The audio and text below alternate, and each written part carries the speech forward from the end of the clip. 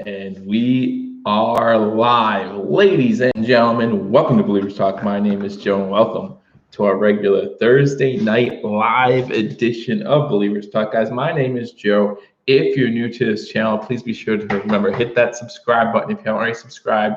Like this video, leave a comment. Guys, you know that these live streams are all about you guys, all about BillsMafia. I'll answer any questions you guys may have. We'll talk about training camp. We'll talk about the new stadium name. We'll talk about whatever you want to talk about here on this Thursday night edition of Believers Talking. Guys, thank you for joining me. I'm going to let everyone on Twitter know that we are here doing the live stream to make sure they can join us as well as we get ready to talk some Buffalo Bills football. I'm very excited, guys. The NFL season is just 3 weeks away. That's right, 3 weeks from today, 3 weeks from right now, we'll be sitting in front of our TVs watching the Houston Texans face the defending Super Bowl champions, the Kansas City Chiefs. I'm looking forward to it. I hope you guys are excited. And as you know, once the football season starts, I will be live every Thursday during halftime of Thursday Night Football, giving you a shorter version of my live streams, just so you guys can watch Thursday Night Football. We'll go on there live, probably again around halftime. If we know that they're just going to kneel down or something, we will definitely go live and then cut in to that halftime. So you guys don't have to sit through that. You can sit through some Buffalo Bills talk, and then we can get you ready for the second half of whatever game that is. So I'm really looking forward to that. Again, during the regular season, you guys know that we'll be giving the live streams of the games, live play-by-play and reaction right here. So make sure, you join the conversation. You watch the game with us. We can't show the game because of copyright infringement, things like that. But we will definitely be I will be giving play-by-play, and I will want to talk to you guys as you guys watch the games at home, or if you can't watch the game, just listen and be able to keep up with the Buffalo Bills. So again, guys, thank you all for joining me. Again, give me 1 second as I go ahead and get this on Twitter, let people know that we are here. And guys, while you're coming into the live stream, make sure you hit that thumbs up button.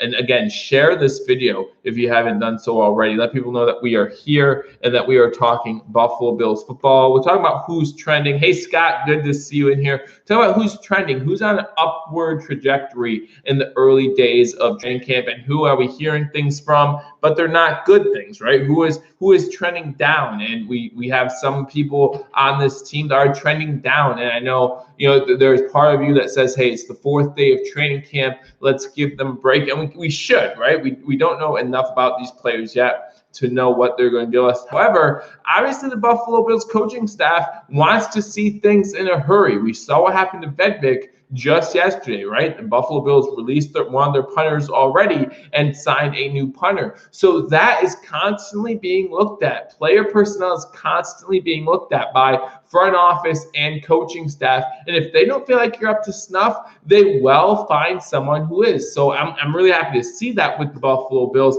Karen Williams is in the house. How you doing? High hopes for Oliver and Edmonds this year. My brother was in it. Oh no, absolutely, Karen. I'm sorry to hear that about your brother. Definitely would keep him in our prayers as hopefully he's recovering and starts to feel better. I know that you've had a rough couple months with COVID-19 as well, so we'll definitely still keep you guys in our thoughts and prayers. Thank you for keeping me up to date, and I will definitely be thinking about you guys later. Hopefully everything will be okay. Scott comes in. Her new punter had a terrible day. I've only heard bad things so far, and we talked about that yesterday. It's not like we're replacing, Jorges with someone who is great or someone who can really stand out, and that's the problem. Again, we talked about this yesterday when we signed the new punter. It really makes you think about why we didn't draft a punter. Why couldn't we take a chance on a guy or even sign one of the undrafted free agent punters? I don't know why we didn't do something like that. Instead of now, we're just going to play hot potato with the punter position. Because let's be honest about it, guys. Corey Jorges is not the answer at the punter position. Spent 2 years with the Buffalo Bills, has not done a good job while he's been there. So we need to find someone else who can fulfill that position, who could do their job at that position. I would love to think that the Buffalo Bills are not going to punt this year. And hopefully with the new offensive weapons we have, we punt less than we did last year. But that doesn't mean we don't need a good punter who, when we're at the 45-yard line and we need to punt, can't pin a team inside the 10 consistently, right? I want to see those inside the 20 numbers up from what they were with Corey Bojorquez. I want to see the Buffalo Bills defense be given room to allow maybe a play or two down the field, a 20-yard pass, and not feel like their backs are against the wall every single time they are on the field. Those are some things I want.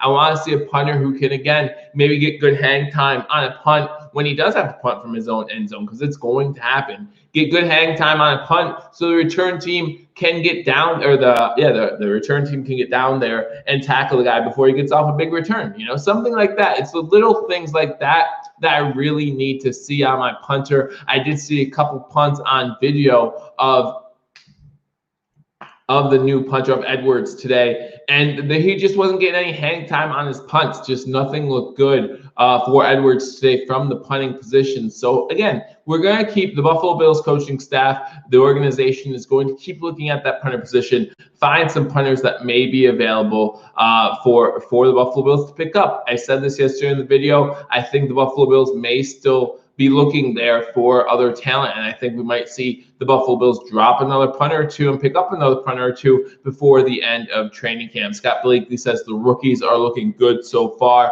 One thing that we heard from Matt Perino, guys, if you haven't already said happy birthday to Matt Perino, today, August 20th, is Matt Perino's birthday over from NewYorkUp.com. So make sure you wish him a happy birthday on Twitter or social media, however you do. Hey, John Marlowe, how you doing? Happy with Gabriel Davis and Hodgins. Yeah, that's exactly what we're about to talk about. And on the thumbnail, on the trending up, you see Hodgins is there. They're having some great training camp days so far. Now it's early, right? And we don't want to get too hopeful for these rookies. And guys, it's going to be a tough competition for that wide receiver 4, wide receiver 5 slot, right? It's going to be really tough because Duke Williams is also trending up. Duke Williams is having a good camp so far from what we can see. So they're really going to make it tough for the Buffalo Bills coaching staff to decide who's going to get that last 1 or 2 wide receiver spots on the roster. We know who 1, 2, and 3 are, right? So who's going to be 4? Who's going to be 5? Are we going to have 6 wide receivers? Is Andre Roberts still going to make this team as a special teams guy? If so, then is there only 1 wide receiver slot available for those 3, possibly 4 guys? I mean, there's a lot of questions to ask at one Bills drive,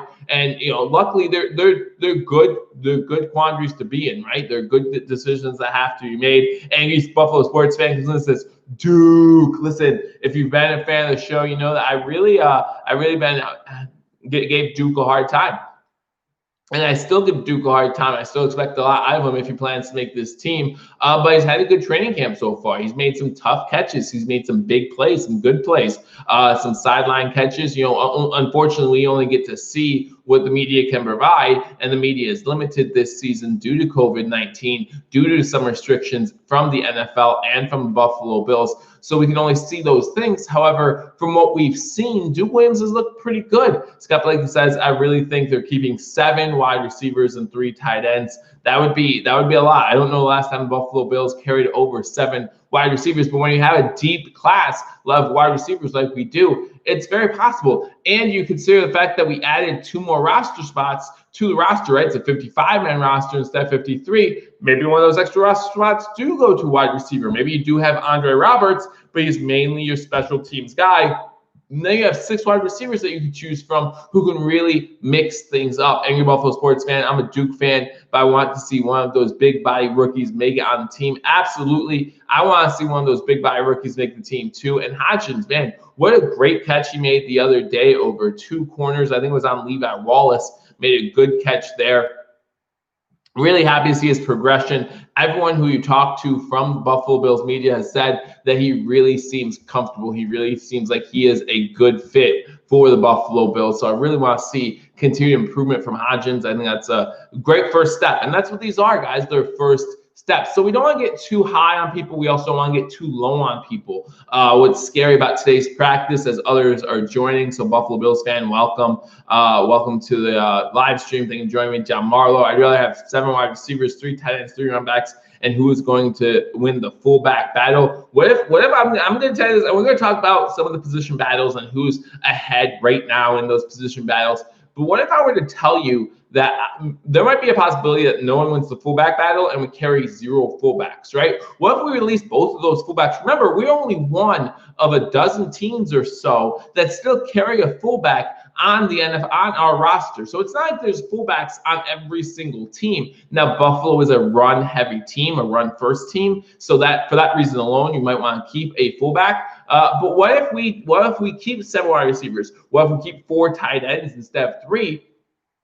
And whenever we need a big body fullback, we just put our tight end back there, our best blocking tight end as our fullback, and he can carry the load. Or you have both Moss and Singletary back there instead of a fullback, and the one can block for the other if they need to, or it creates some misdirection and it pretty much counts as an extra blocker anyway with the misdirection. John Marlowe talking about the fullback battle. Scott Blakely says not DeMarco in my opinion. Well, right now DeMarco hasn't been practicing. DeMarco has been out. He was out today of practice, so I wonder if that's any intel as far as who's winning that fullback battle. DeMarco was out today, and guys, there are a lot of people either A, that were out today, or B, unfortunately went down with injury today. As you saw in my thumbnail, one of the people I had trending down was Josh Norman, and Josh Norman had an interception today in practice, and after the interception on the return, he gets tackled by Stephon Diggs, and he comes up lame. He comes up limping. Now, luckily, he was able to get off the field on his own, but he did not return to practice with a lower leg injury. And guys, again, I remind you, the regular season's 3.5 weeks away for Buffalo Bills fans, right? The regular season is 3.5 weeks away. In 3 Sundays, we are going to be watching NFL football. We're going to be watching our Buffalo Bills play some NFL football. So, guys, if you're not subscribed to Billievers Talk, hit that subscribe button for continual Buffalo Bills news as we continue to get closer and closer to the NFL season. But let's say it's a high ankle sprain, right? And it's a severe high ankle sprain. Well, he's out a month. He's missing week 1, possibly even week 2. Okay, so I hate to see Josh Norman go down that way. Hopefully, it's nothing serious. We'll find out more tomorrow, obviously, and as the upcoming days. But man, it's just really tough to see that. We saw Trey White limping today, according to Matt Perino. And again, it was Matt Perino's birthday today, so make sure you wish Matt birthday. But Matt Perino talked about how Trey White was limping today. Now, he did finish practice, but what does that mean moving forward? I mean, there's a lot of question marks here with this Buffalo Bills team. We're not facing the injury bug like a team like the Philadelphia Eagles is quite yet. But again, you have to pay attention to these injuries. And Oliver still has not been a full participant in practice. In fact, Hodgins, this was the first day that he was a full participant in practice, was wearing that red jersey up until today. So glad to see him back and fully operational on the field. But there are just some injuries on this team right now, and we want to see them continue to get better. Obviously, we talked about this. There were going to be a lot of injuries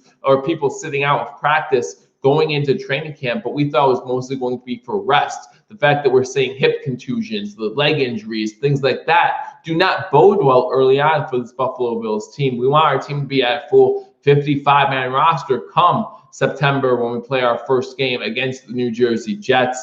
John Marlowe, I agree, Joe, but I'm worried about Sweeney. I think he might be a cut victim. Sweeney may go on the practice squad. Sweeney is still available. Actually, they've expanded the practice squad, so not everyone's available for the practice squad. You just have to make it through waivers first. So would Sweeney make it through waivers? Probably. Second-year guy. Who knows what is going to happen with him? But he is definitely a good candidate for the practice squad. You won't be picked up in waivers.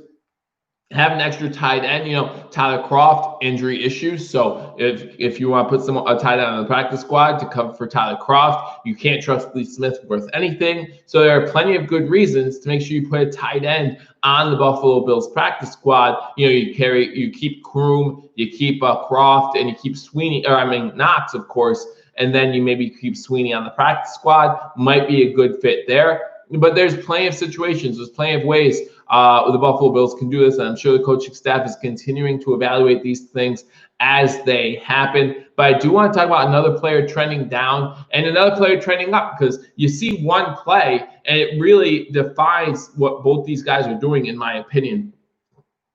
But now most of you have seen it on either Twitter or Instagram or wherever you your social media content. The play where AJ Epineza goes up against Brian Winters, and he basically throws Brian Winters into the end zone, and Brian Winters goes down on his behind. Knox needs to stick him on his hands. Again, we definitely hope his hands get better in 2020. But Epineza looked really good on that play, but Brian Winters also looked really bad. And he didn't just look really bad because he got dropped on his behind. The reason why he looked really bad, in my opinion, is because he didn't look like he knew what he was doing, right? He didn't know where he was going. He looked confused from the beginning, and that is what led to AJ Epineza just putting him on his ass, right? And that is very concerning to me. Now, luckily, again, it's only day 4 of training camp. You still have time to learn these things, and Brian Winters was just picked up not too long ago by the Buffalo Bills. So he has some time to learn the playbook. He has some time to learn the other offensive linemen. He has some time to learn the offensive scheme, to see who he has at what time. Because again, on that play where he gets knocked down by AJ Epineza, he just looked confused from the snap, from the start of that play. He looked like he was not ready, and that's what led AJ Epineza to knocking him down. But man, AJ Epineza has looked really good all 4 days in training camp. No one's had any bad things to say about AJ Epineza. And guys, when you look at AJ, I saw a picture, I believe it was posted by Josh Reed. You see a picture of AJ Epineza standing next to Jerry Hughes. And AJ Epineza is just a beast. He looks huge. His calves are ginormous. He looks like a guy who's ready to go. So when I think about AJ Epineza as a potential stud on this defense, as a potential standout on this defense, see, when we drafted AJ Epineza, I wasn't sure how much playing time he was going to get, right? Especially if the Buffalo Bills keep Trent Murphy, especially if the Buffalo Bills are in talks with the Jags about Nkunwa, or however you say his name right now, I can't remember. But if that does happen, obviously there's not going to be a lot of snaps at the defensive end position. But if you can move him inside like he was on this play, AJ Epineza went up against Winters, and Winters is a guard, not a tackle. So he moves on the inside and drops Winters on his behind. If you could do that in an NFL game, that gives you some versatility. A lot of things can happen if you have three defensive ends on the field at one time. John Marlowe, with Star opting out, I am satisfied still with our rotation of defensive linemen. I'm a little worried about linebacker if any go down, especially Edmonds or Milano. We do get Boshawn Joseph back. We'll see how he's doing, see how he is progressing. We haven't heard one way or another. We do have some linebackers back there, but yeah, I mean, if you lose a talent like Edmonds or Milano, your team's gonna suffer from that. As far as defensive linemen go, you looked at the defensive tackles today. We saw some things out of Harrison Phillips, so that was really good, really encouraging to see. The first day of training camp, they had a Zoom meeting with Harrison Phillips. He talked a little bit about coming back from an injury and how tough it has been on him, and just being able to play football again. Because remember, this was his first time on the field in over 350 days. And just what it meant to him to get back on the field. Hey, Anthony, good to see you in here, man. Just to hear what it meant for him. He definitely had some emotion in his voice. So it's good to see him back. So, yeah, I like the defensive tackle rotation that we do have. Guys, as you continue to come into the stream, remember, hit that thumbs up button. Really helps out the channel a lot. And share this video if you haven't already. Let Bills fans know that we are here again live on Thursday night. Again, 3 weeks away from the start of the NFL football season. Thomas Camp, can we rename Bills Stadium to Blow Up Doll Stadium? Blow Up Doll Dome, maybe? I don't know. We'll see what we could do. I mean, did the Blow Up Dolls put in a bid? Just put in a bid. I don't know if New York State or Erie County would approve that name, but put in a bid. What's the worst that can happen? Josh seems like he's struggling, but that's to be expected when you haven't had a game like reps and you're playing against this defense. Anthony, I did want to spend a little bit of time talking about that. Everyone's talking about Josh Allen's struggles, and then they quickly go to, oh, but that's to be expected against this defense. Today in training camp, Joe Webb was playing, and he got intercepted by Jerry Hughes. Jerry Hughes is a first-string defensive player playing against Joe Webb, who is a third-string quarterback. So what does that necessarily mean? That means they're mixing things up. So when you say Josh Allen's playing against the top 3 defense, he's not all the time. And that's kind of the problem. He's not playing against the top 3 defense all the time, and yet he's still struggling. Listen, last year in training camp, we went through this same thing. Oh, Josh Allen looks great. Like it was day 2 of training camp, right? Oh, Josh Allen looks great. Josh Allen looks amazing. Look at that cut by Cole Beasley. Look at him getting Stephon Diggs deep, even though he did have another deep connection with Stephon Diggs today. And then the next day it was like, oh, well, he looks okay. He's struggling a little. He's doing all right. Still some inconsistencies. Guys, we're playing against our own team's defense. You go up against these guys every single day. You know what their scheme is. At least the offensive coordinator, Brian Dable, should know what their scheme is, and he should know how to go against that. And it's not like we're not going to play against elite defenses. I know we want to think that the Patriots defense is not going to be elite. But guys, it was the number 1 defense last season. I know they lost Hightower. I know they lost Chung. I know they lost some pieces on that defense. But to think it's not going to be elite anymore, to think it's not even going to be a top 5 defense is crazy. We go against the Steelers again this season. Remember how good the Steelers defense was last year? They haven't lost anything, guys. They're still going to be a good defense. We go against the Dolphins twice. And guys, we can say whatever we want about the Dolphins offense and how Ryan Fitzpatrick's going to be the starter again and how it looks pretty bad for them on the offensive side of the ball. But that defense gave us headaches too last year at times. Remember, if it wasn't for Trey White's interception in the 3rd quarter, we might have lost to the Dolphins. So you have to remember these things. We're going to go up against good defenses. And if Josh Allen's struggling against his own defense, that doesn't bode well for other games, for real live action. And I'm not saying that Josh Allen isn't improved. I'm not saying that he can't improve from day 4, but I meant Davis Webb, sorry. We do not have Joe Webb. No, we have Davis Webb. Yeah, sorry, Anthony. Thanks for catching that.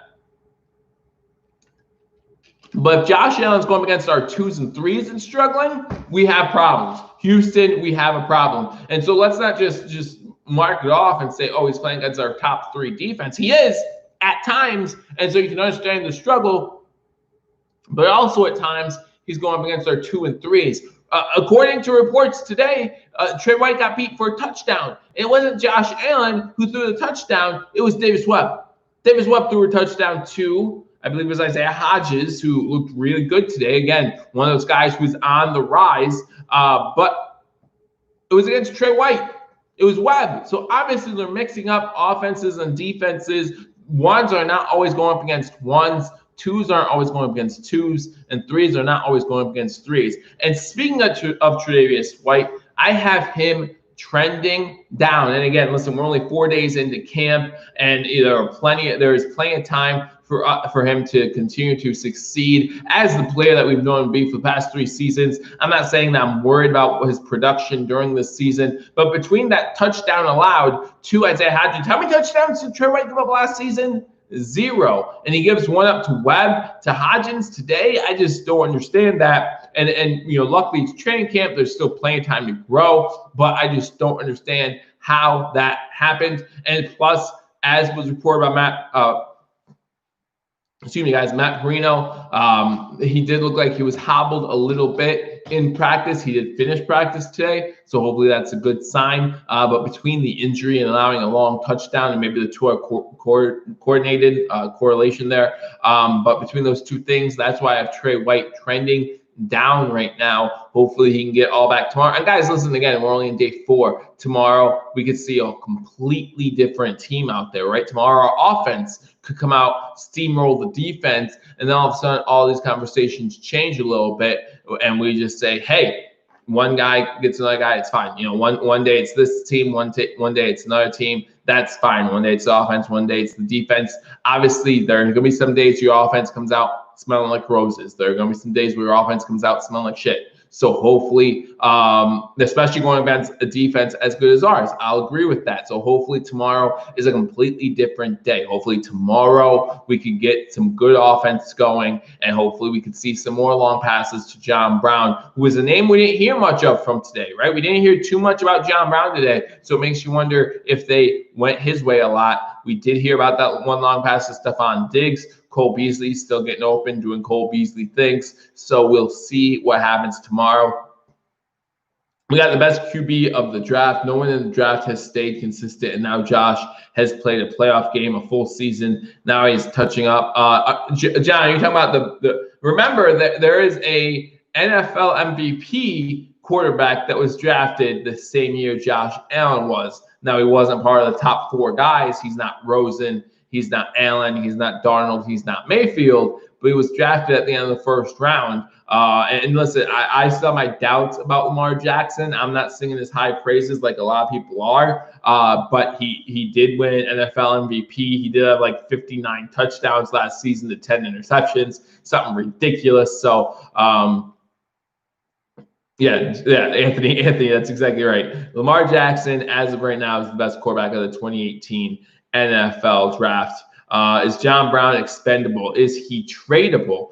I mean, I don't know why you want to do that. If you listen to Paul from #Sports, who was on this channel not too long ago, talking about contract extensions, he actually thinks John Brown might be the next to get an extension. And that's either way you go with it. You know, you do save a lot of money if you trade John Brown. I don't think you could cut John Brown. I just don't think that's a wise move. But I do know that if you traded John Brown, you would save some money. Then the question is, you know, if Hodgins and if Duke Williams and if those guys are stepping up, that could be something that's possible. You talk about a 3rd round pick maybe for John Brown, something in that ballpark, and possibly still a talented number 2 wide receiver. It's very possible. At this point, listen, and I've said this before and I'll say it again, Brandon Beane should be fielding phone calls about everybody. When it comes to trading players, I believe everyone's on the trading block all the time. And what I mean by that, see, when I hear of players on the trading block, let me make sure I go back and rephrase this. When I hear that there's a player on the trading block, that means the Buffalo Bills are shopping John Brown. The Buffalo Bills are calling teams and saying, hey, we're shopping John Brown. What would you be willing to give us for him? However, you don't need to have a player on the trade block for another team to call in and say, hey, we're interested in John Brown. We hear that your rookie wide receivers are doing good. Is there any interest in giving up John Brown? Which, if the latter of those 2 things happens, you're probably going to have a higher price tag because you're not looking to get rid of John Brown. So that works out for the benefit of Buffalo Bills fans and the organization because we get more out of him. But at the same time, is that worth it, right? Can Isaiah Hodgins or Duke Williams fill the role of what Brown gives you? Because Beasley cannot move to the number 2. Beasley is a slot wide receiver. We made that mistake with Zay Jones in his first year. Remember Zay Jones' first year in the league? And listen, our feelings about Zay Jones can absolutely be mixed. I understand that. But Zay Jones' first year in the league, we tried to make him our number 1 wide receiver. Now, yeah, we tried to bring Anquan Bolden in. That obviously didn't work out. But to try to make Zay Jones anything other than a slot receiver was a complete mistake by the Buffalo Bills. Complete misstep by management. But you look at the management at the time, not a huge surprise.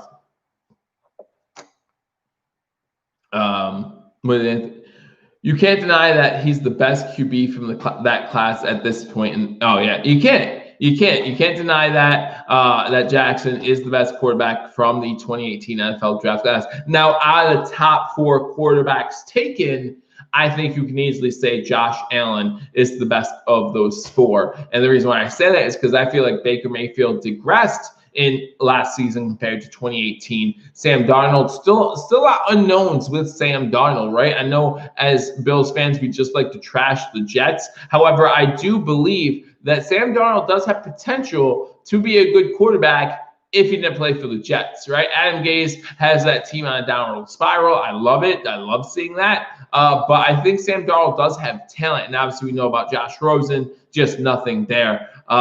John Brown is and will be a Bill, and I think you're 100% right, Scott. I don't think John Brown's going anywhere. I think that Josh Allen has a good relationship with John Brown, and I think the Bills organization will want to see that through, keep that coming. But again, if a team calls and offers up the right price, whatever that price tag is, you have to take it. If someone were to call right now and offer us a second-round draft pick for John Brown, I think you have to take it. Now, I think teams would be crazy to do that just because of his age, because of what he could provide and what he can't do. But if they were to offer you a second-round draft pick, I think you would have to take it. But I just don't see teams going that far. So we're going to talk more about the ups and downs and the position battles. We're talking about the wide receiving core. So let's talk about the wide receivers right now. So if we know that Stephon Diggs is our number 1 wide receiver, which we do, if we know that John Brown is our number 2 wide receiver, which, again, we talked about the fantasy of a trade possibly, but for now, we know that John Brown's our number 2. If we know that Cole Beasley is our number 3 guy, which we do, then that leaves what, 2? Now I saw Scott say we could keep 7 wide receivers, and that's very possible. And if that's the case, then you look at Hodgins and you look at Duke Williams and you look at Andre Roberts and you say, yeah, all these guys are safe. Because if you look at our rookie draft class, everyone's talking about how great our rookie draft class looks, and it's been impressive so far. Now, again, we're only 4 days in. There's still a lot of decisions to be made, and there's still a lot of time to make them as far as time on the field goes. But as of early on in training camp, you have to be impressed with the rookie class. Talk about Zach Moss bowling people over. I like the conversation he had on Zoom when he said that people trying to tackle me is going to be a business decision, right? They're gonna have to make a business decision. I love words like that. I love that confidence in his own game. I wouldn't take a second-round pick for John Brown. There are so many unknowns with draft prospects next year, with college football being somewhat canceled. Plus, we're in win-now mode. That's 100% right, too. You're right. We're in win-now mode. Guys, we are in a great position to win the AFC East, which puts us in a great position to be home in the playoffs, which puts us in a great position to make a deep run in the playoffs. Listen, no one wants to come to Buffalo in January. I promise you. Nobody will want to play the Buffalo Bills in January. I don't care if it's the Chiefs. I don't care if it's the Ravens. I don't care who it is. No one's going to want to. Like, listen, Kansas City's offense struggled in the AFC Championship game in the first half against the Tennessee Titans. Now, listen, right before halftime, they took the lead, and that was the end of that game. I understand that. But remember, they played the Houston Texans. They played the Tennessee Titans. This Buffalo Bills defense, it would be up to snuff in December. And again, I still expect the Buffalo Bills to beat the Chiefs week 6 when we play them on Thursday night. We have great weapons, and we should not compromise. As Scott Blakely, 3 wide receiver sets will drive defensive crazy. Pick your poison, especially, again, as you said, if we can get Dawson Knox to catch a ball. And if you have a 4th guy, 4 wide receiver sets, if you include Duke Williams or if you include Isaiah Hodgins, either way, like you said, pick your poison. Buffalo Bills fan, 27-17, man. I wish we still had Shady. He is a 99 overall rating in the snow. Yeah, we saw that when he was with Philly, when Philly played Detroit. That was a snow game, and he kicked their butt. And we saw that again in Buffalo when Buffalo played the Colts. He ended that game on a walk-off touchdown in overtime. Definitely the kind of guy that you want to have in those games. But Singletary can do the same thing, man. Zach Moss can blow people over. He can do the same thing. We got younger talent now, and that talent won't be afraid of the snow. They're playing in Buffalo now, so they can't. Listen, Zach Moss played in Utah, so he knows a little bit about the snow. He knows a little bit about what those cold conditions can do. So I'm not worried about Zach Moss come December. I'm worried, again, about the defenses trying to stop Zach Moss as they make those business decisions. I think Ford has a high ceiling, and he had a taste of what the league is like now. I see Ford. Yeah, and I did want to talk about that. John Wall is having a hard time spelling tackle, so we'll give him a break on that. But I did want to talk about that. Listen, guys, you got it, John. 3rd time's a charm. But I do believe that Cody Ford is going to stay at right tackle. I don't think that, listen, we saw, and I already talked about that, I think Brian Winters is having a rough start to Buffalo Bills training camp, but I think the Buffalo Bills are going to stick with him. I think the Buffalo Bills are going to stick with him and give him a chance to solidify that right guard position again. He's only been on a team for about 2 weeks now. You can't give up on a guy that easily. Cody Ford, if there's one thing we can say about Coach McDermott and Brandon Beane is that they're stubborn, right? If they believe something's going to work, they're going to stick with it. Our proof, Nathan Peterman, okay? Nathan Peterman was the starter in 2018 for a game and a half. He shouldn't have even made it a half, okay? When Josh Allen gets hurt against the Houston Texans, you don't even have another guy. You just signed Derek Anderson.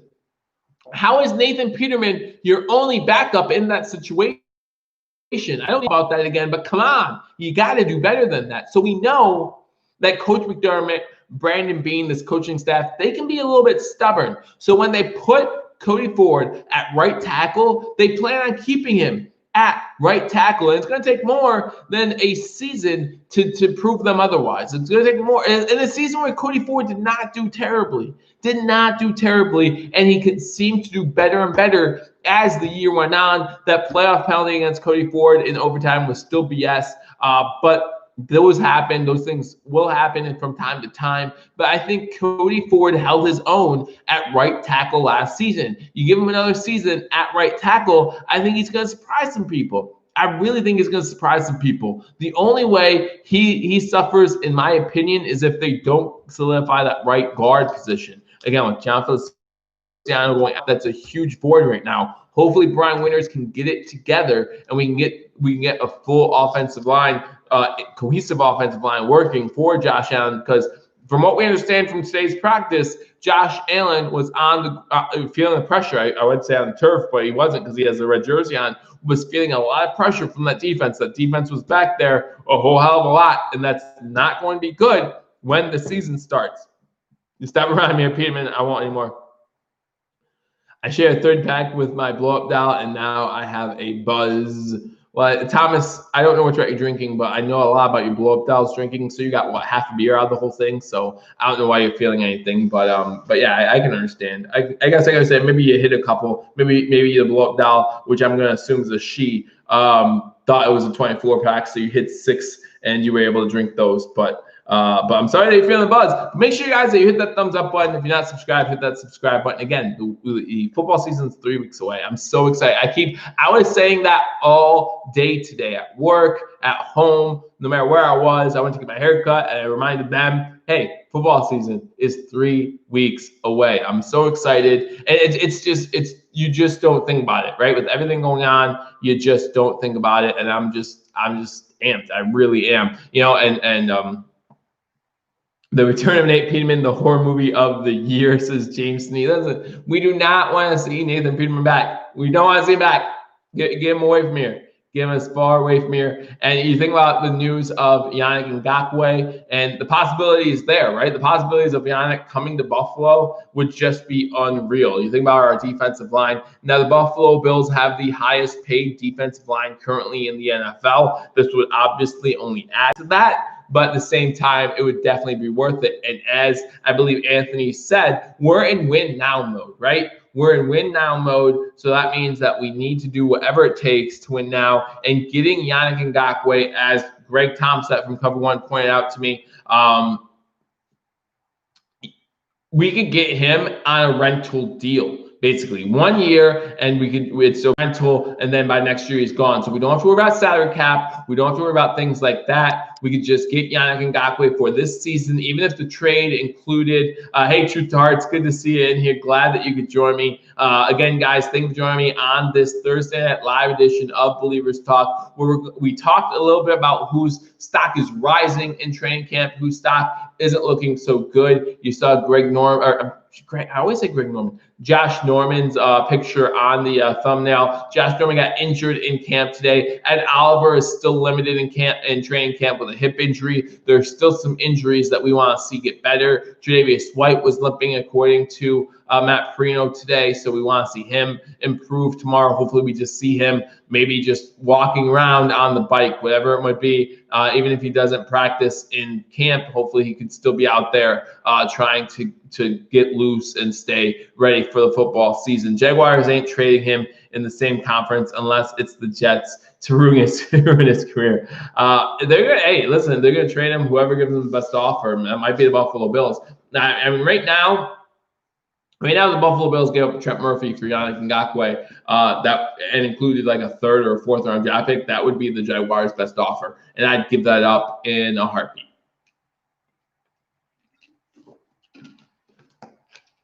Joe, you have your online schedule for games live on my channel. Yeah, so as you guys know, normally we split the games. I do some games, and then Mario and Paul from #Sports will do some games. I do not have the schedule right now. We don't have the schedule right now. But obviously, when we know, we will let you know. But make sure you subscribe to both channels, hit the notification bell. Then you won't miss us either way. I do want to say that I believe that some of you are having a hard time getting my notifications. So I don't know what that's about. But if you're having a hard time getting your notifications, let me know in the comment section so I can let YouTube know and we can get that fixed before the season starts. So you guys make sure you come on here for the live play. Like, guys, it's a lot of fun. Sometimes I'm drinking and it gets a little messy. But it's a lot of fun watching the games. If you've been here before for live streams, you know I get very passionate about the Buffalo Bills. It's a big passion of mine and yours too, and that's why we're all here to celebrate our Buffalo Bills. So let's talk about the Buffalo Bills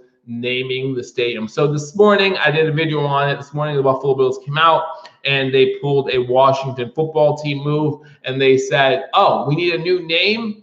Well, let's call it something simple, and let's call it Bills Stadium. Bills Stadium. And Scott, you and I went back and forth on this, and I know that you feel a little better about it, but I still don't. The more I hear it, the more I keep saying Bills Stadium, I just shake my head. They could have done so much more. I was listening to Buffalo Fanatics right before I came on here live. And again, guys, if you're not following Buffalo Fanatics, make sure to follow them.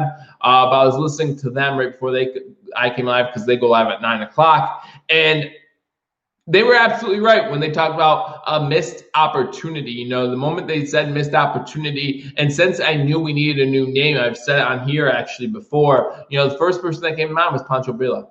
Why can't you name the stadium? Especially if you're just waiting. If you're just waiting for a sponsor to pick up the naming rights, if you're just waiting for the highest bid, then what's it matter what you name the stadium?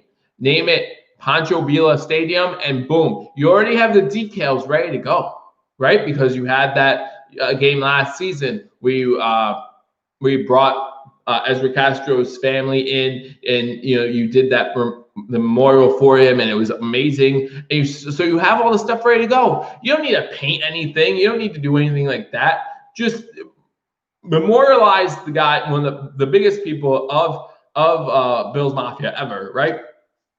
Why did we change it from Rich Stadium? Asked John Marlowe. Frank Reich Stadium. We can't name it Frank Reich Stadium. He plays for a different team right now, or he coaches a team, I should say. Blow Up Dallas Stadium is the best, says Thomas Camp. Again, you have to make the move. You have to give him a call and say, hey, this is my bid. But there were Bills fans who were lobbying for it to be called Marv Levy Stadium, and the Buffalo Bills did not agree with that. As I said, there was I think it was Tushy Co. or Tushy Inc. who made an actual bid for the naming rights of the stadium. The Buffalo Bills declined that because they wanted to name the stadium Tushy Stadium, and they wanted to have a college bowl game there and call it the Toilet Bowl. True story. I'm not making that up. But the Buffalo Bills would not allow that to happen. So, again, I think they really missed an opportunity there. And we'll see what happens. We'll see what happens in the future with this team, with whoever they're going to name the stadium. Maybe they're waiting to get a new stadium, right? Maybe there's a correlation there. There's been rumors about the Buffalo Bills trying to get a new stadium, trying to find a location for a new stadium. And, I thought about this when we first found out that New Era was leaving. Maybe one of the things that you could use to enhance the offer to anyone who is going to try to buy out the naming rights is, hey, when we move, you get first dibs on the new stadium. And we know how NFL likes to promote new stadiums, right? We've seen it all the time. We're seeing it in Vegas right now, even though there aren't going to be fans there. We're seeing it all the time. So when whoever it is goes to make an offer, when Barstool Sports goes to make an offer, say, all right, but that offer is going to raise when we get a new stadium and you'll have first dibs. And maybe that's a whole part of the negotiation process. I know there are some comments coming in, so I'll try to get to some of them. Mighty Taco Stadium. I miss Mighty Taco. You guys are killing me right now. They had storylines, no fans, no stadium name, win Super Bowl. Imagine how many people would want to sponsor the stadium. You're absolutely right. That's a great point. Truth to Hearts have a great year this year, and all of a sudden you have those corporate sponsors saying, hey, we would love to have our name on your stadium. Hey, you're getting more primetime games? Put our name on the stadium, right? They would love that. You're absolutely right, James. Truth to Hearts. They would love to see that. Beef and Wick Stadium. They're ready to queue something up, in my opinion, finalizing contract. In my opinion, they kept it generic for easier transition. Ducks Field, says Buffalo Bills fan. There are plenty of names out there that you could use. Again, off the top of my head, I would love to see it named after Pancho Villa. But as Scott said, they have something in the works right now. And, as I said, Buffalo fans, they have something this weekend. You don't even know. We don't even know where they're at. We know that they did get the one legitimate offer. I think they offered him $17 million. The contract in the new era, I believe, was $35 million over 6 seasons, something like that. So that's the ballpark range we're talking about as far as making an offer for naming rights of a stadium. But who knows what is going to happen? I'm sure that there's a lot going on right now behind the scenes that we don't know when it comes to naming rights of the stadium. But Buffalo Wing Stadium, something legitimate that means something to the city of Buffalo. But Bills Stadium, hopefully it is that, not for too long. But we'll see what happens. Again, guys, thank you for joining me on Billievers Talk. Let me know what you think you want the name of the stadium to be in the comment section. So let's talk about some of the position battles. I rattle on and on and on. I get things mixed up sometimes. Let's talk about some of the position battles. And the first position battle I want to talk about is that kicker position, right? We know that there is a battle at the kicker position. Just call it the wing bucket, says Buffalo Bills fan. The kicker position between Stephen Hauschka and Zach Bass. Is it Zach Bass? I don't even know his first name right now, guys. I apologize. And after 2 days, it looked like Stephen Hauschka had the edge, right? I think Bass went 6 of 8 or 6 of 9 the first day of training camp. And then Stephen Hauschka the next day went 6 of 7. It's been real, Hauschka. I'll miss you. Sayonara. I hate to say goodbye, but goodbye. What if it's a TV station sponsor, being that the ratings will be crazy this year, like Warner Brothers Stadium or HBO Field? Bass or Hauschblow? Who's cut? At Buffalo Mafia News, obviously we know who you like by that comment. So here's my issue. So again, day one, Bass. Steve Bass. Everyone's saying Bass wins. So day one, Bass went 6 for 9. Okay. Day 2, Hauschka went 6 for 7. So it looked like you make 6 kicks, you go home, right? So it looked like Stephen Hauschka had a little bit of an edge. Now you go to day 4, you go to today, and everyone's talking about if cut Bass and watch him kick for another team for 10 years. This James. You listen to Bass, you listen to people talk about Bass, and they tell you that the ball booms off the foot, right? It just booms off the foot. Today in practice, Stephen Hauschka missed 2 52-yard field goals short. We can't have that. I listen, Stephen Hauschka, at one time when he was with the Bills, his first season with the Bills, he tied the record for most consecutive 50-yard field goals. Hey, Elliot, how you doing? Good to see you, buddy. Antifa Field at BLM Park. 1 Allen, 2 Barkley, 3 Fromm. That's the quarterbacks. Yeah, I think Webb might even be out Fromm, to be honest with you, Jan, but we'll see. Hauschka did miss 3 50-plus yarders today, Scott, but he missed 2 of them short. When you can't even kick the ball 52 yards, and again, this goes all the way back to that Jets injury 2 years ago, just hasn't been the same since. But when you came and kicked the ball 50-plus yards, what happens when it's getting ready to go into halftime? You got the ball at the 38-yard line. It's going to be a 50-something yarder. You want a guy who can get it there. You don't want to go for the Hail Mary. You want a guy who can put 3 points on the board. One thing that New England was always best at during their dynasty is that they were great at scoring right before half and scoring right after the halftime was over, right? If they got the ball first in the second half, they would normally score right before the end of the half and score at the start of the third quarter. It killed me every single time to watch it happen, and that's what you need to be able to do. You need to be able to have a kicker who is dangerous from a lot of different positions on the field. You need to give the opposing defenses something to worry about. Hey, if we give up 10, 15 yards here, they might kick a field goal. If we start at the 25-yard line, if we give up 35 yards, they might kick a field goal. Like, that's how serious Bass's leg is, and that needs to be in consideration when looking at kickers. So let me get some comments. It's time to turn up the bass. How many wins do the Bills need for you to make what's a tic-tac? A tic-tac? I'll eat a tic-tac. I love tic-tacs. House was good for distance until he got hurt. Yeah, until that Jets injury. They'll put Bass in pressure positions like they put Allen at pressure positions. It's hard to duplicate pressure in training camp. However, it's not going to be as much pressure with no fans in the stands. So that's something to remember as well. There won't be as much pressure on the kickers without all that crowd noise. If Hauschka makes the Browns kicks, we win the division. That's a lot of ifs. That's a lot of ifs, Buffalo Mafia News. That's a lot of ifs. Unless they put Bass on practice squad, they won't let him go. Bass wouldn't make it on the practice squad. Bass would not make it on the practice squad. Remember, in order to get on the practice squad, you have to go through waivers. Someone would pick him up. So we cannot put him on the practice squad or plan to put him on the practice squad because he won't make it. True to Art saying the same thing I just said. You cannot simulate game time pressure. Again, a little less pressure this year because there are no fans in the stands.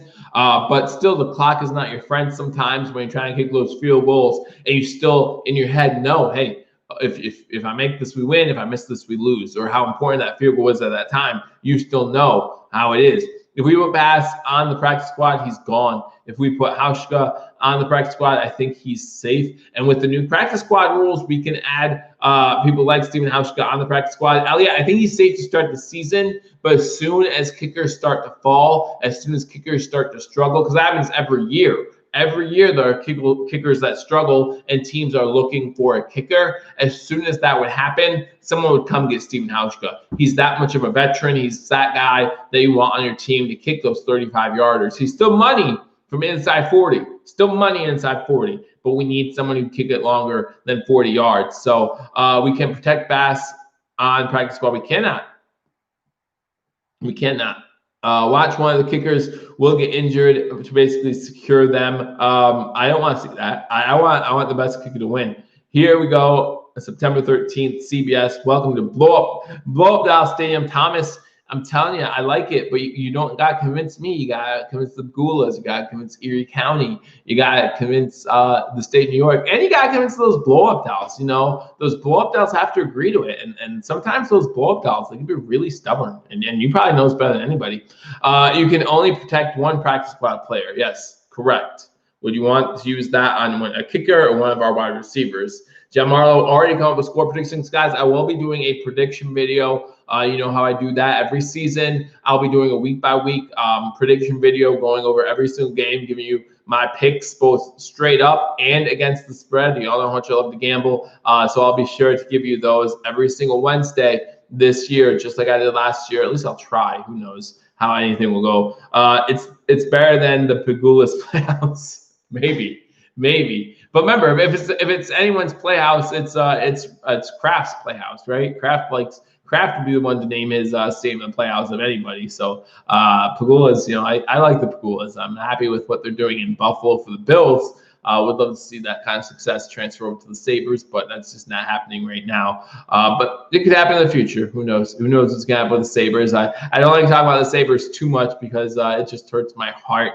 But we're talking about the Buffalo Bills because, again, it's the season. The season is 3 weeks away. Say it with me, 3 weeks away. I'm so excited, guys. And again, as soon as the season starts, if you guys weren't with me last season, these streams are no longer going to be an hour. They'll be 20 minutes. I'll try to keep it the over halftime. A lot of times it will leak into the third quarter, but I'll spend some time talking about the Buffalo Bills' next opponent. I'll give you some keys to victory, if you will, for the Buffalo Bills. So in 3 weeks, when the Houston Texans go to Kansas City, we'll watch the first half. Join me right here on Believers Talk, and we'll go over our keys to victory when we play against the New Jersey Jets. And hopefully things will start off our way. We'll start 1-0 when we play the Jets. Again, guys, thank you guys for joining me on Believers Talk. If you're new to the channel, hit the subscribe button. If you haven't hit that thumbs up button, guys, hit that thumbs up button. I love giving you guys great content, and it just helps out the channel a great deal. So I really do appreciate it.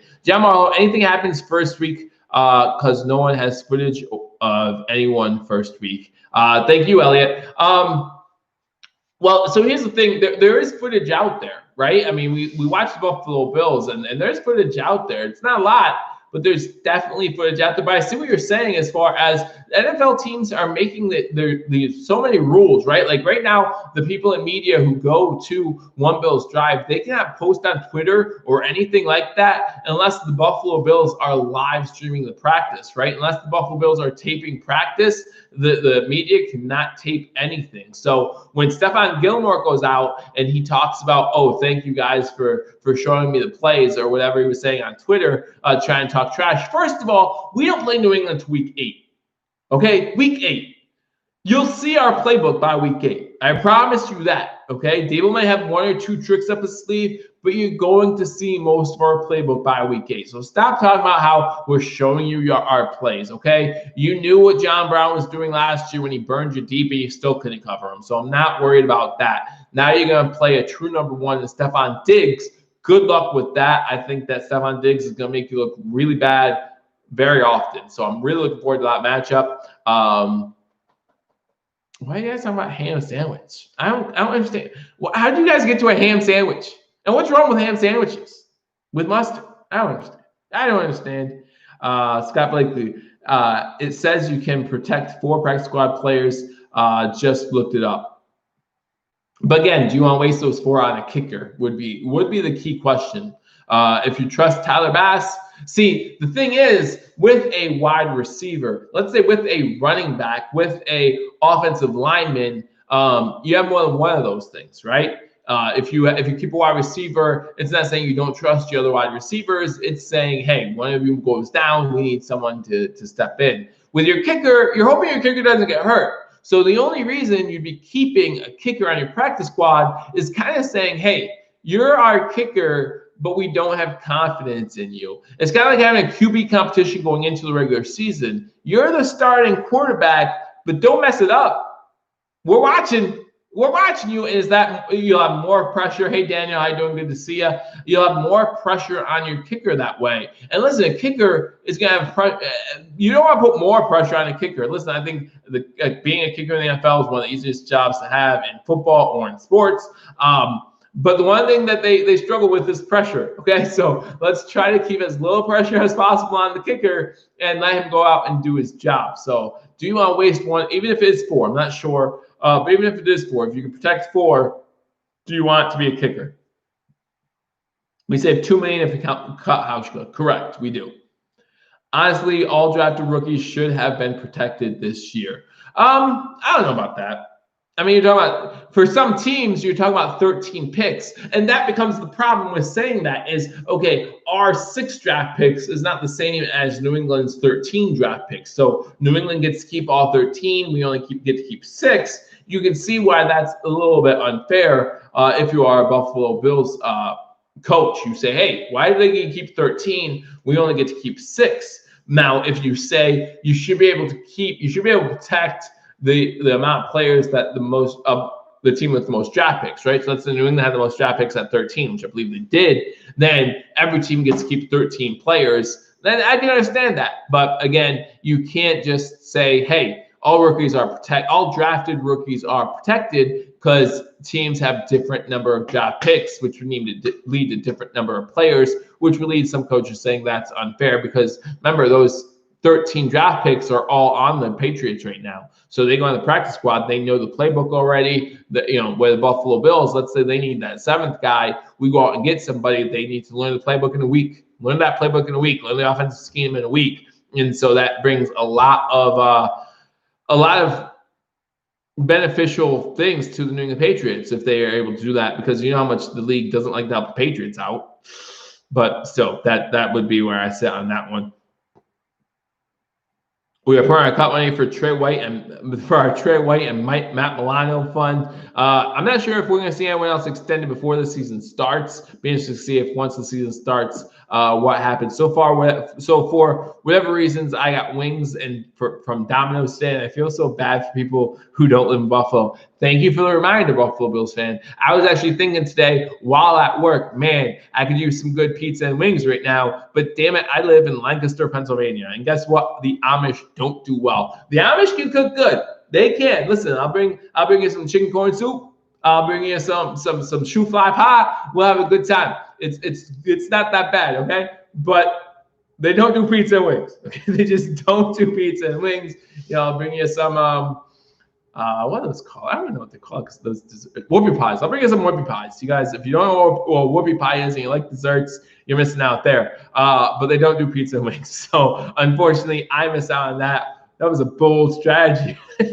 Bold strategy, Cotton. Let's see how it works out for him. It apparently didn't work out well for Buffalo Bills fans. I'm eating a Sally's hot dog right now. Thanks. No, keep rubbing it in, guys. Keep rubbing it in. But you also make me thinking, hey, where are my snacks going to be in 3 weeks when football season starts? How about shepherd's pie? Shepherd's pie. Oh, I love me a good shepherd's pie, John. It's really good. You guys are making me hungry now. You envy me, or you envy James over there eating his hot dogs, man. I get Frank's hot dogs or whatever bullshit. But anyway, so we did talk about some of the guys who are trending upwards. The guys I have trending upward: AJ Epineza, making Brian Winters look foolish today. I have Isaiah Hodgins trending upward, and Duke Williams. All trending upward, all looking good. Our wide receiving core is looking really good, not just Stephon Diggs, but you talk about Cole Beasley, you talk about Isaiah Hodgins, you talk about Duke Williams, all of them looking really good. Our rookie draft class with Epineza, with Hodgins, with Moss, all looking. The only one that's not really looking that great is Jake from State Farm. Which is okay. Again, he might be our 3rd string, possibly even our 4th string quarterback. So I'm not too worried about that. Our rookie draft class is looking really strong. Some of the guys that I have trending down: Tre'Davious White. Tre'Davious White allowed a 67-yard touchdown pass to Isaiah Hodgins today. It's the first touchdown pass he's allowed in 2 seasons against him. So I had to put him trending down for that reason alone. Last year, he did not allow a single touchdown. This year, he allowed one in training camp. Again, plenty of room for improvement, nothing to be worried about. But also, he came up limping today during camp, according to Matt Freno, who was there. And so that might have something to do with the 67-yard touchdown that he allowed. But hopefully it's nothing too serious, and we see him back on the field tomorrow. Another trending down, Josh Norman. Josh Norman had an interception today, and when he went to return the interception, he got tackled by Stephon Diggs, came up limping. So we're not sure how big of an injury that's going to be. Hopefully, again, nothing serious. He was still getting checked out last we heard. So again, hopefully nothing too bad, but we will see what happens. And Brian Winters just looks lost right now. He looks lost. That's why AJ Epineza can put him on his butt, because he looked lost on that play, and he looked lost on a few plays. So hopefully he gets better, because again, I don't see the Buffalo Bills moving Cody Ford to right guard and trying to put someone else at right tackle. I just don't see that happening. I see the Buffalo Bills leaving Ford at tackle, and that means we have to find a good right guard. We have to find a good right guard to protect Josh Allen. It was Davis who caught the slant on Trey. My bad. Davis, the other rookie. I like David Webb more right now. I do too, compared to him at Fromm. Ford spent time at right guard today. That's because of how bad Winters looked. I wouldn't be surprised if you see the Buffalo Bills pick up another right guard. if that's our next position that we add a free agent. But if we add a free agent, guys, you know where to get the news right here on Believers Talk. So make sure you hit that subscribe button, like this video, leave a comment. Let me know what you think about the rookie draft class, about who's trending up, who's trending down, and let me know what you think also about the position battle. Steven Hauschka and Bass. I think Bass is winning right now. Still some time to go, right? Still some time to go. You got that fullback battle. Right now, DeMarco was out of practice today, so who knows what's going to happen there. I think there's still a battle for those late wide receivers, right? We're talking about wide receiver 4, 5, or possibly 6. We saw Scott Blakely and some others said, hey, we could keep 7 wide receivers. I don't remember last time the Buffalo Bills kept 7 wide receivers on the roster, but definitely a possibility. So we'll be on the lookout for that. I think that cornerback 2 position, still a potential battle. However, with Josh Norman's injury, that might change things. That could change things up. Levi Wallace might be the guy to start things off this season. We'll wait to see, because even if Josh Norman, let's say Josh Norman could be ready to go by week 1, how much practice time is he missing? How much time does he need to continue to get back into shape, to continue to work with the team? So maybe it's Levi Wallace's job now week 1, but you still have that position battle going on after Josh Norman returns. So those are some things we talked about in this episode. Let me know what you think in the comment section. Again, I love how Diggs is not the only receiver making noise. Listen, right now, our wide receiving group, that's something that you really need to be excited about. You really need to be excited about the Buffalo Bills wide receivers right now, and maybe that's why the Bills keep 7. Now, if what was said earlier about us keeping 4, protecting 4 places on a practice squad, what if we keep 2 wide receivers? Right, with our receiving room being so talented, what if we keep 2? That's just a possibility. Promethean, I appreciate you. I appreciate you guys completely. Gabe Davis is an Andre Reed for our future. I would love for that to be true. I would love for Gabe Davis, a late round draft pick, to mold into an Andre Reed type. Andre Reed right now, I consider to be the best Buffalo Bills wide receiver in Bills history. So to be able to match that, I'd be okay with that, right? So we have a lot of good things to talk about right now. Again, let's not sugarcoat it, though. There are some things we want to see improvement on. I want to see Josh Allen improve. Again, inconsistencies. Same thing happened last year in camp. Twitter was nuts last year, right? Oh, Josh Allen looks amazing one day, right? Josh Allen looks great. Look at these passes. Look at the pass to John Brown. Look at the pass to Cole Beasley. It's nice to finally have wide receivers who catch balls, yada, yada, yada, yada. And then the next day, it was like, you had an all right day. You could have done better. But we were playing against a good defense, so yada, yada. No, it's not, oh, we're playing against a good defense. No, Josh Allen needs to do better, period. Okay? And I'm not condemning him for having an average practice. I'm not. But at the same time, we need to expect more. Listen, there are going to be teams. I talked about this, 8 wings for every game last year, not doing that again. I might do that this year. But again, the Amish don't make wings well, so probably not. And I'm going well over my hour now, but there's something I want to talk about with you guys. And I hope you guys don't mind. If you guys got to go to bed, if you guys got to work tomorrow, have a great night. Thank you for joining me, all that good stuff. But so many people, fans of every team, are talking about how we need to lower our expectations because of the changes this offseason, because we've only had training camp. Even the media heads, right? The head people, NFL Network, ESPN, they're talking about how offenses might look sloppy, defenses might look sloppy, yada, yada, yada. I am a firm believer in you're going to get the best out of people when you raise expectations. Listen, I know everything's different, right? I get that. I'm not stupid. I'm not under a rock. I see that. But why does that mean we got lower expectations? I don't understand that at all. At all, right? Okay, you didn't have OTAs. You couldn't go outside, pick up some weights. You couldn't do that. You couldn't go to the local high school where no one's at and run around the track a few times. You couldn't do that. Training camp is where you get into what they call football shape. You still have training camp, okay? There's still training camp. You have 3 weeks of training camp, which is more than what you normally have. So why couldn't these teams, we saw with the Buffalo Bills, we saw Josh Allen and Matt Barkley get the offense together down in Georgia, I believe it was, Florida. We saw the pictures, okay? We saw Josh Allen meet with some of the rookies. We saw Josh Allen go meet with Stephon Diggs on their own time. So we saw this from the Buffalo Bills. So why can't our expectations be up to that level that they were last year?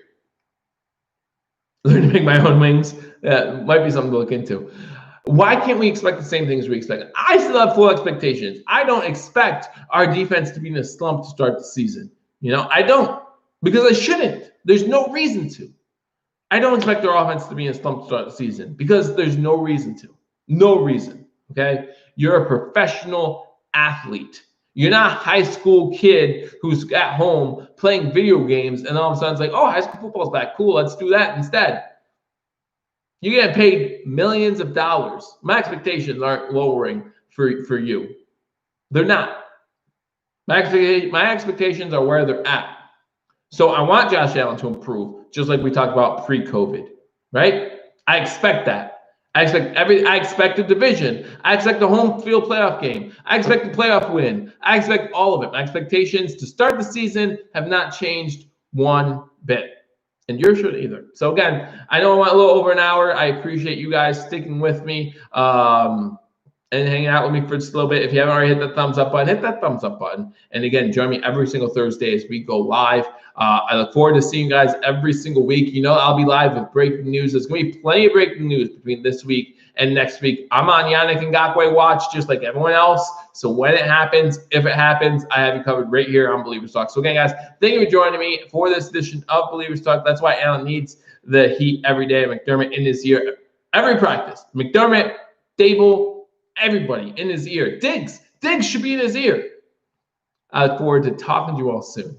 Until I do, go Bills.